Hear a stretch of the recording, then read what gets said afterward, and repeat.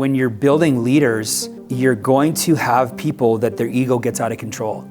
That every once in a while they consider taking a shortcut, or they'll recruit their spouse to win a contest. And as the leader, you have to be willing to have those conversations with them. I can't tell you how many conversations I've had with people, even the last 6 months, 12 months, 2 years, about, hey, great job, but when your victory speech, be careful. Great job, but how you got there, you need to take a look at that and make sure that next time it's different. I'm always course correcting people behind the scenes, but in a way that doesn't push them out of the business.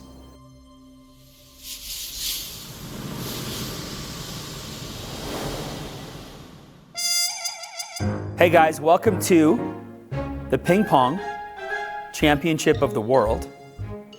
I'm undefeated. How about you, Trap? So T-Rap is undefeated at tennis. I'm undefeated at ping pong. But no, we're here during the middle of the day and we're just hanging out, playing some ping pong. Work hard, play hard. So I don't know who's gonna be teaching who a lesson here today, but you guys are in for a treat. We're gonna play some pong. We're gonna mash it up. We're gonna talk some business. And this is how we do it on the SEDT. How do you have a killer instinct, a winning at like all costs, but yet still maintain ethical principles and not cross that line when a win is on the line? I think it's like anything. I think you have to have you have to prioritize your moral compass. Like I think of it in marriage, right? Like you and I are married. If there's not a foundation of, morals in business that might be core values, like we talk about core values. Do we live by our core values? And I think that there's just got to be some non-negotiables. The problem with the winning at all costs mentality is as soon as you take a shortcut or you make an exception, it becomes a standard, right? So a lot of people they have this like win at all cost, right? They've been doing it right for a long time, and they're right up against winning. They're right up against the next big promotion, and they have a decision to make. Do I take one more month and do it the right way, or do I shortcut and have it this month? And in that moment, what a lot of people do is they have short-term mentality, short-term mindset. Right. More money, more prestige, more promotion, more bonus now. Long-term mindset is it might take me a little bit longer, right? But the message that I'm sending to my team, the message I'm sending to myself is really what building a team is all about. So here's the difficult question then. If, let's say someone comes from another team, or their moral compass the last 5 to 10 years has been a little off, do you think that's something that's ingrained in the person, or is there habits, traits that they can adapt, or being in a moral environment will change that? I think it's partly environmental and partly mental. I think you could take somebody, put them in a great environment.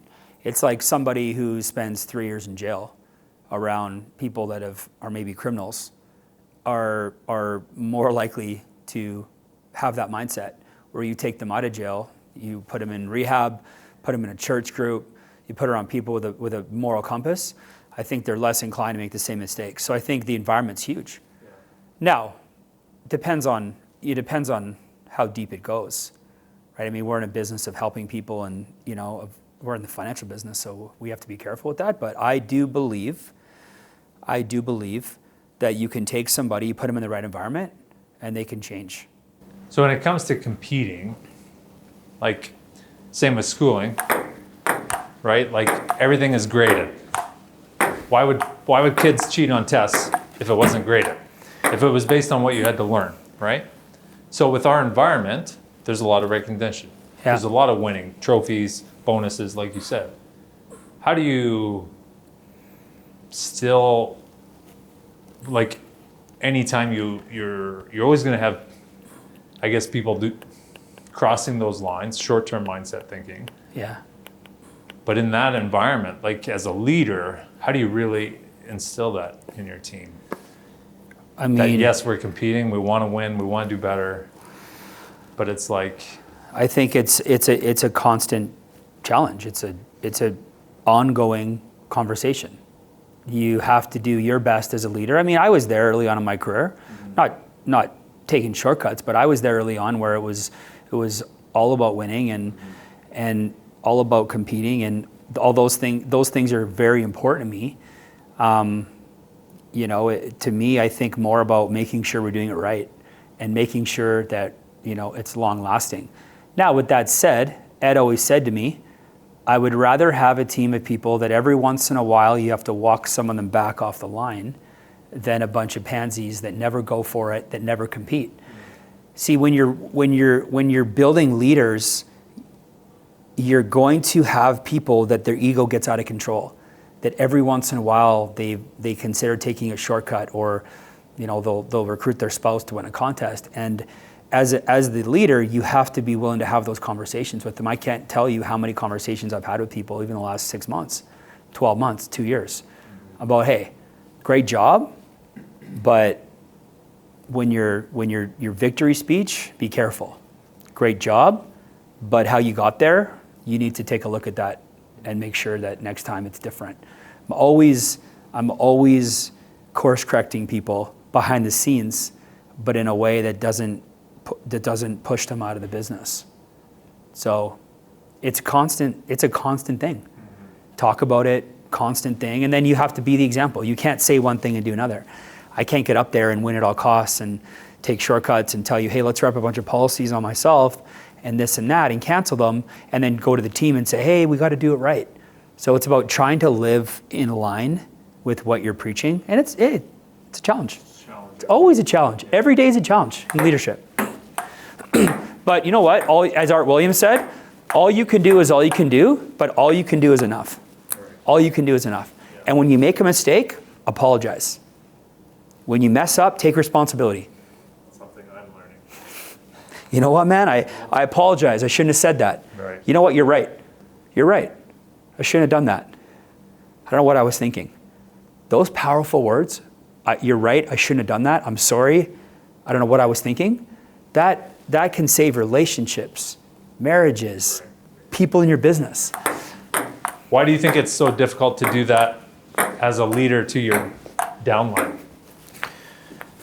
Because you need to teach them how to take responsibility.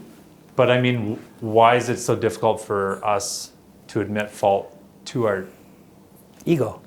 ego? Ego. Yeah. EGO, everyone's got one. Ego. Ego kills us. So it's that fine line between feeding your ego just enough to keep you going, but having humility. Like you're building a team. You're teaching people how to compete. You're teaching everybody's watching you all the time. How does Trapper competing? How does he lose? Your team learns more about you when you're losing than when you're winning. How does Trap lose? Does he get back on the horse? Does he compete the next month? Or is he down and out for 6 months? How does Trap win? Does he get up on stage and torch 5 people?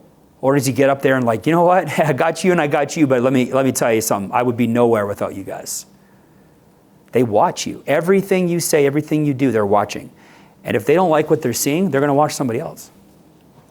Sometimes I feel like it's weakness, though. What is weakness? I guess admitting that I screwed up as a leader, admitting that I was wrong, or I said something I shouldn't have. That's your limiting belief. Limiting belief? Yeah. Yeah. Let me tell you something I was told a long time ago. The sooner you correct it, the better. So back in the day, I used to say something and I'd stew on it. And like 4 or 5 days later, I'd call the leader. I'd be like, listen. But they were thinking about it for 5 days. I was thinking about it for 5 days. Now I'll say something big. Hey, well, hold on. Listen. What I just said, it came out wrong. I shouldn't have said that. The sooner that you can correct it, the sooner that you can admit, the sooner you move on. Because nobody moves on until it's addressed. Yeah. So don't let it sit, right? You get up on stage, you say something, you're like, listen, you know what? No, that's not what I meant to say. It came out wrong. So it's not weakness. I used to think it was weakness too, but it's not. Remember, we're leading a volunteer army.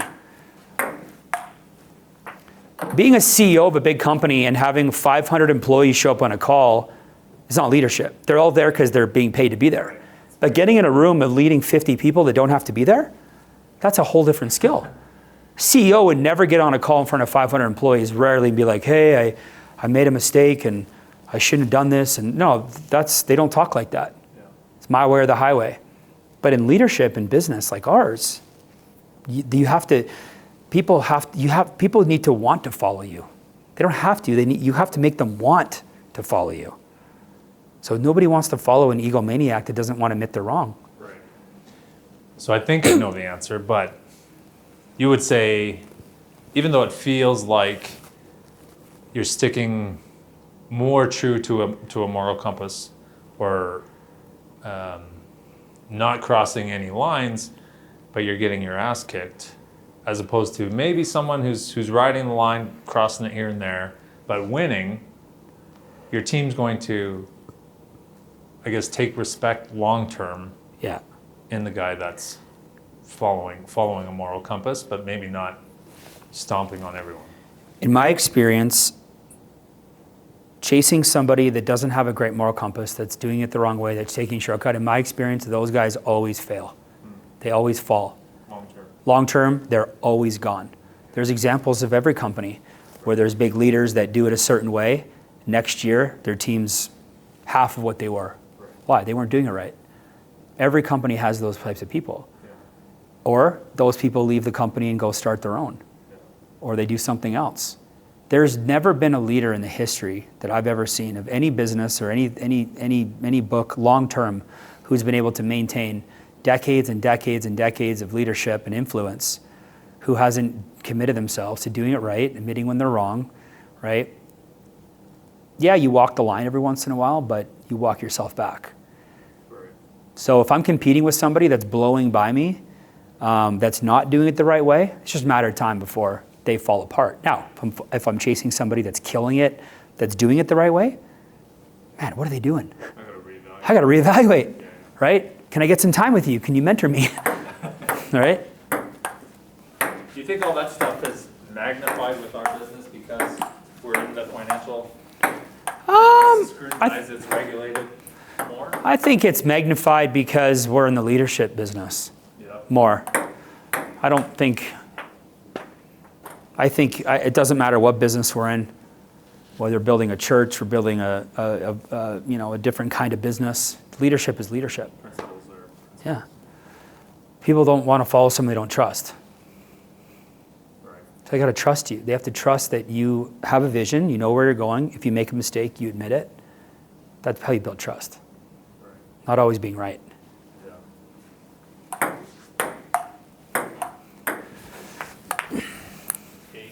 8-2 for me. Oh, 8-2. I don't think we're keeping score. I'm not even playing with the hand that I play with. We're going to play with the right hand now. Let's go. Oh! So, okay, shifting gears a little bit. Yep.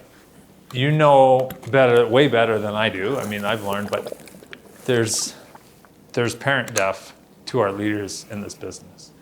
Sometimes it's not even on purpose. It's just like we just become parent deaf. How do you, as a leader, continue to, I guess, guide that person, knowing that they're not always listening to you like you should, or like they should?